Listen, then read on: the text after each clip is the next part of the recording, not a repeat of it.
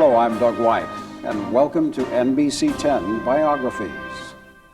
The term statesman may be passing into memory thanks to sound bites and spin doctors, but in this episode we will meet two individuals who have both earned that title. Claiborne Pell was an unlikely candidate for political office, but this dignified and highly intelligent man served the public for 35 years. John Chafee won respect during a political career that included terms as governor, Secretary of the Navy, and U.S. Senator. We begin this edition of NBC 10 Biographies with Claiborne Pell. Childhood is a time of innocence and exploration, a time when a boy can dream of what role he might someday play in this world. Claiborne Pell was born into a life of wealth, privilege, and comfort, but like many of his ancestors, he chose to follow the difficult path of public service. In doing so, he would prove beyond all doubt that one determined individual could make a difference. As a senator, the patience and diligence he applied to crafting legislation would earn him the respect of his peers. He would serve his constituents with a modest and quiet style that seemed a breath of fresh air in the world of politics. Opponents might enjoy his occasional awkward moments, but he possessed the rare ability to laugh at himself. When a political rival called him a cream puff, Pell announced the endorsement of a bakers' union and went on to win the election. This shy and thoughtful child would help draft the Charter of the United Nations, secure a role in our society for the arts, and extend the promise of higher education to millions of citizens. His goal, he often said, was not to be a show horse, but rather a workhorse. Throughout his long and extraordinary life, Claiborne Pell would make good on that promise. Pell graduated from Princeton and Columbia before serving in the Coast Guard during World War II. Following in his father's footsteps, he worked for the State Department and was assigned as a Foreign Service officer in Czechoslovakia. As the Soviet Union tightened its grip on the country, refugees began to flee in panic. His wife, Nuala Pell, recalls those desperate and dangerous times. He used to run around a field and burn the papers from the State Department to be sure they weren't stolen out of his office. It was a very difficult time for people who were considered anti-communist. Pell and his family were ordered to leave. Risking their own safety, they planned to smuggle their Czechoslovakian translator out of the country. And Claiborne had said to him, I don't want to know, but I will leave the trunk of the car open tonight. And in the morning, before we leave, I'll shut it. I'm not going to look, see if anybody's there or not. Crossing the border became a battle of nerves. And that's when the man, Spiro, in the back of the car started to groan. I remember singing at the top of my lungs with the secretary and the soldiers, anything we could think of, just to distract them. With luck and courage, the Pell family and their stowaway slipped through the Iron Curtain.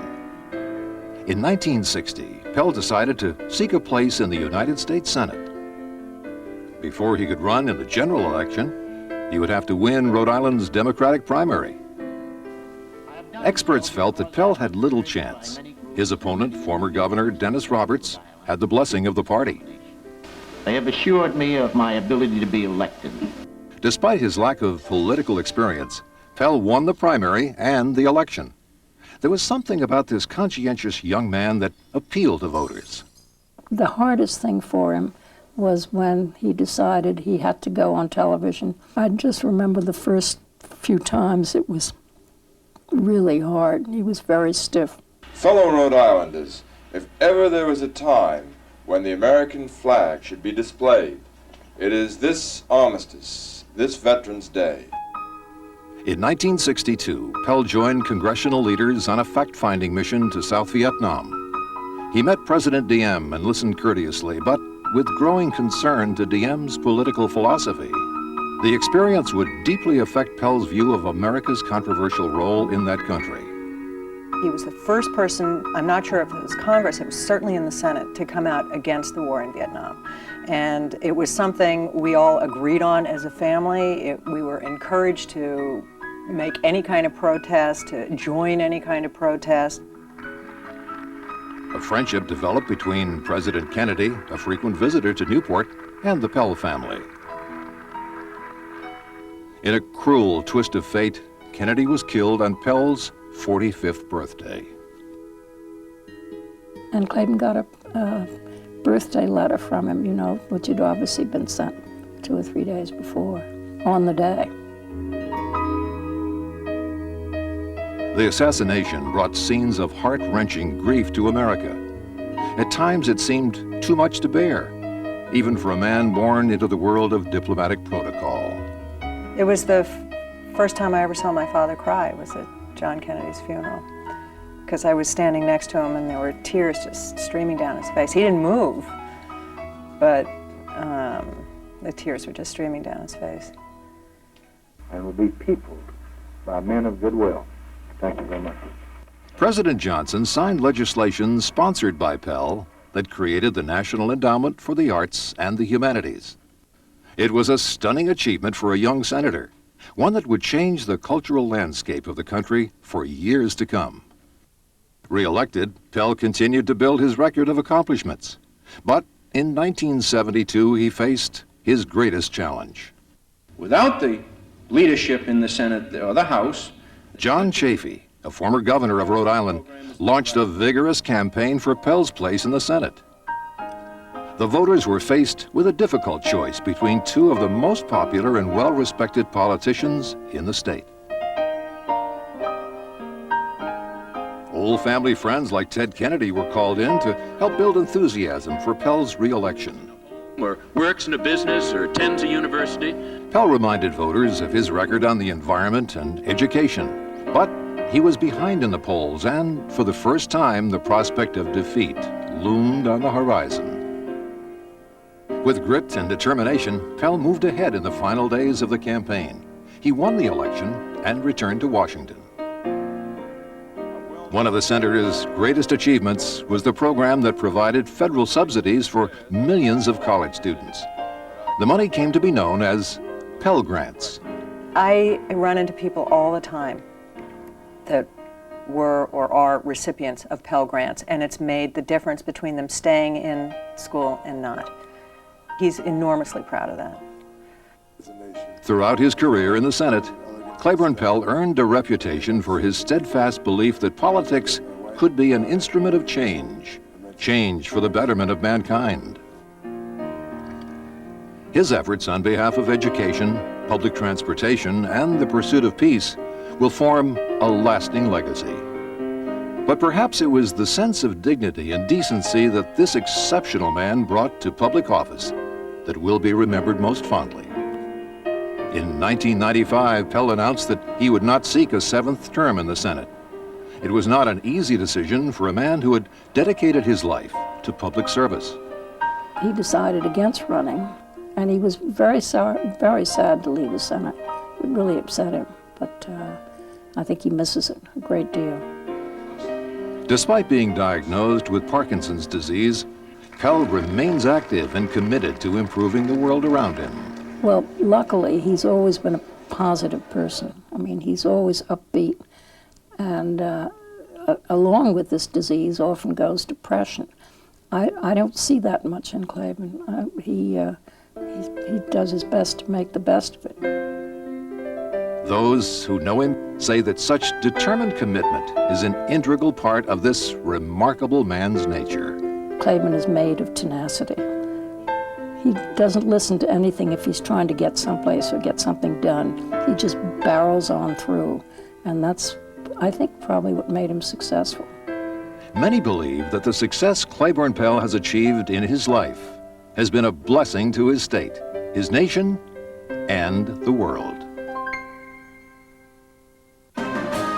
The Life of John Chafee, when NBC 10 Biographies returns.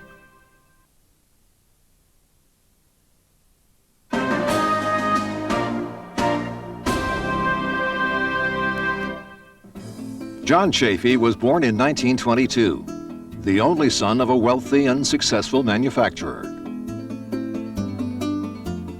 A childhood that echoed with the virtues of hard work, self-discipline, and responsibility would set his course in life.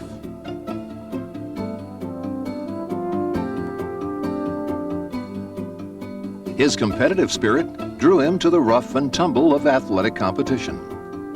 Here, his natural leadership abilities often earned him the role of team captain. After high school, Chafee was accepted at Yale University. He planned to go on to law school, but the walls of this Ivy League institution were suddenly shaken by the winds of change.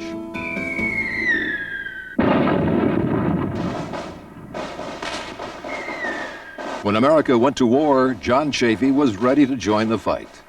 He quickly enlisted in the United States Marine Corps. He says he saw a poster that they were the first to fight. It was one of their Marine Corps recruiting legends, first to fight. And of course, they had the reputation of being the best, the hardest, the point of the spear. And if he was going into war, that's the group he wanted to be with. After the war, Chafee returned home to practice law. But he was soon called back into active duty, this time in Korea.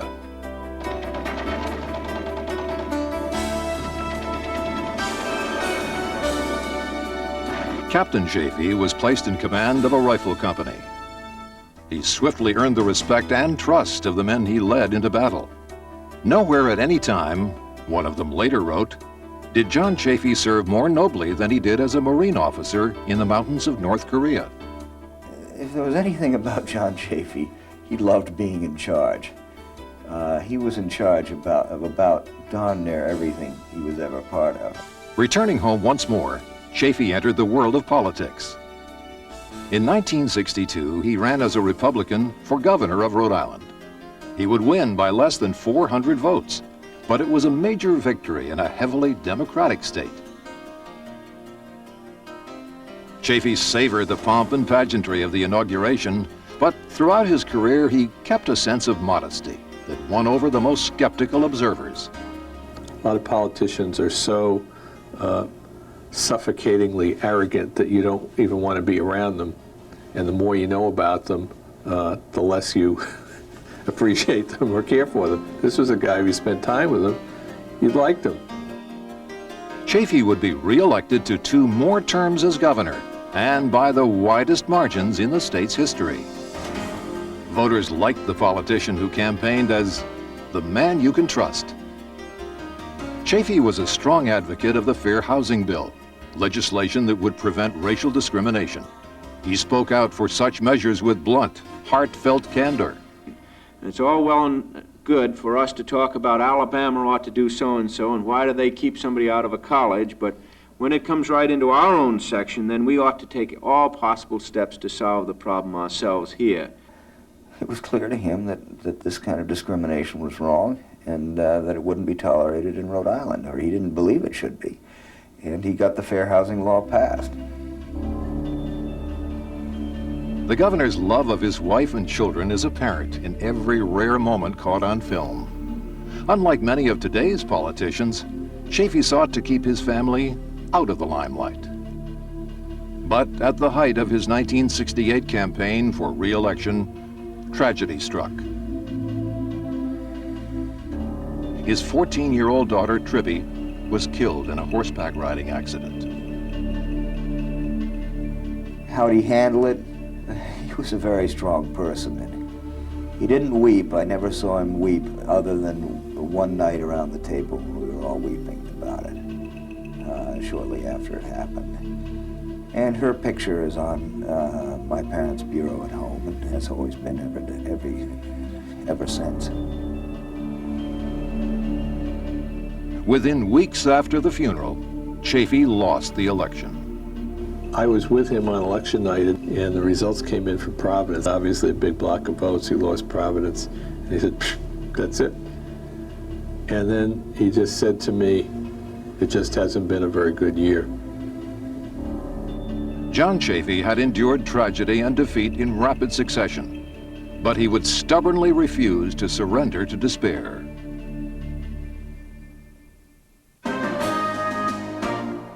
NBC 10 Biographies will continue in a moment.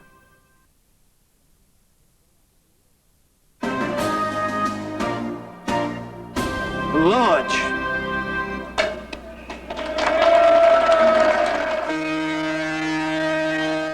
In 1969, John Chafee was appointed Secretary of the Navy by President Nixon. That was a tremendous experience for my father, to leave the state level and operate on the national level. He was dealing with Congress and getting budgets through. It just broadened him, I feel, as a leader. As Navy Secretary, Chafee traveled to military installations around the world. He was received with the respect due to an official of his rank.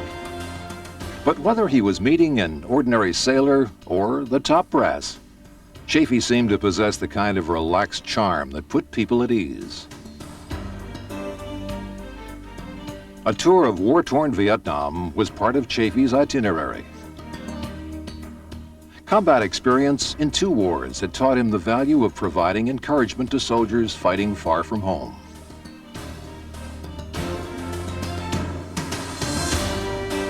In 1972, Chafee announced his resignation as Secretary of the Navy. Speculation regarding his future plans began immediately. Is there a possibility you may be running for a seat in Congress? Yes, that's a possibility, sure. In fact, Chafee was planning to run for the United States Senate. He prepared for what he knew would be a tough campaign. His opponent was the incumbent Senator, Claiborne Pell. And I think that was a correct action on our part, and this is why I want to go back to Congress. It was a bold challenge, but Chafee was confident of victory. Chafee had been Secretary of the Navy, comes home sort of like a conquering hero, at least that's the way it looked. And Pell was not the icon then, or at least it wasn't apparent then, that he later became. It was a tight race, and the challenger sought to gain an advantage by stressing his link to President Nixon. The result was some harsh rhetoric that seemed out of character for John Chafee. The man Mr. Pell supports would have this nation beg on its knees before the North Vietnamese. This isn't my vision of the United States of America, and I don't think it's your vision either. Nixon was more conservative politically than my father, and when my father left the Navy to run against Pell for the Senate, he may have hewed too closely to the Nixon line, and it wasn't the John Chafee line. Chafee was leading in the polls for most of the race, and he seemed well on his way to the United States Senate. But in the final days of the campaign, his opponent moved ahead, and once again, Chafee felt the sting of defeat. 4 years later, a Senate seat opened, giving him one more chance to run for Congress. As you know, I went through a rugged campaign a few years ago, and I've gotten back in the practice of law and have enjoyed it, but I've enjoyed the public life every minute of it while I was governor. In 1976, John Chafee was elected to the United States Senate. It had been a long and difficult road to victory for this determined politician. You reported last night as saying victory the second time around is much sweeter. How much sweeter is it? I'll tell you, it's very sweet when you when you had tried a couple of bites at the apple and missed. When you get it on the second try. Well, actually, I lost 2 elections in a row there, so I commend it to anyone. Chafee brought to Congress a love of the environment that would become a hallmark in his career. It was a cause he had believed in since his days as governor of the Ocean State. How did it begin? Well, we lived down near Goddard Park, and every weekend it was jammed with people. And he saw this, and he then began to understand how important a little green, a little fresh air was to people. As a senator, Chafee would fight for clean air, safe drinking water, and open space preservation. For his efforts, he would win every major environmental award. Re-elected to the Senate 3 times, Chafee became the voice of moderation for the Republicans. He won the respect of both parties as a statesman of the highest caliber. In March of 1999, Chafee announced that he would not seek re-election. "I want to come home," he told supporters. But a quiet retirement from the burdens and duties of public office was not his fate. John Chafee died in October of that year. All Rhode Island mourned the passing of this tireless patriot. There are always, though, a crowd who will cluster around to drink the wine of victory. There are far fewer who will toil in the vineyards, and John Chafee toiled to the very end.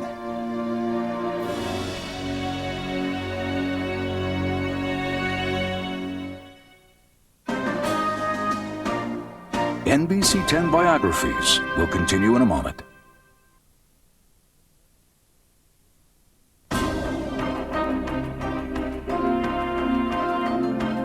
Thank you for being with us.